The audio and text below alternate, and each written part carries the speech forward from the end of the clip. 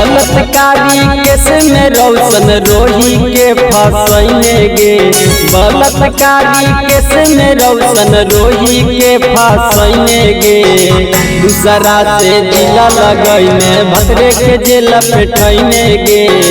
दूसरा से दिल लगैने भद्रे के जेल भेजैने गे।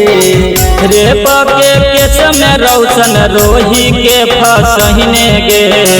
रेप के केस में रौशन रोही के फंसैने गे। दूसरा से दिल लगैने भद्रे के जेल भेजैने गे। दूसरा से दिल लगैने भद्रे के जेल भेजैने गे।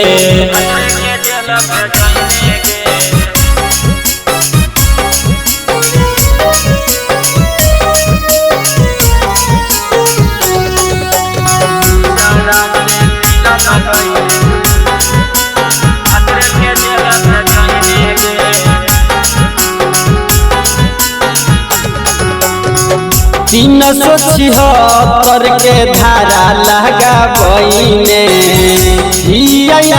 तो हमें मीडिया में बताइने। 376 के धारा लगाबैने हमें मीडिया में बताइने। रौशन रोही के फैन सबके दिलवा दुखैने गे। रौशन रोही के फैन सबके दिलवा दुखैने गे। दूसरा से दिल लगैने भद्रे के जेल भेजैने गे। दूसरा से दिल लगैने भद्रे के जेल भेजैने गे।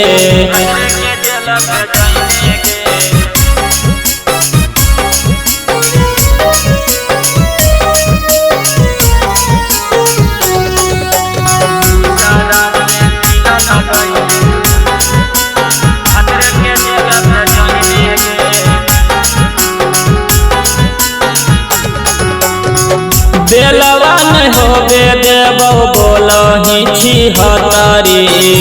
कुंदन के दर्दी कहे बनने सता भतरी।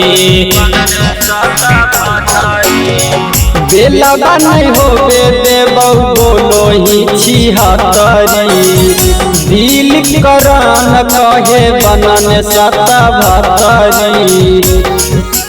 जेलवे में मरवा देके कोशिश कैने गे। जेलवे में मरवा देके कोशिश कैने गे। दूसरा से दिल लगैने भद्रे के जेल भेजैने गे। दूसरा से दिल लगैने भद्रे के जेल भेजैने गे।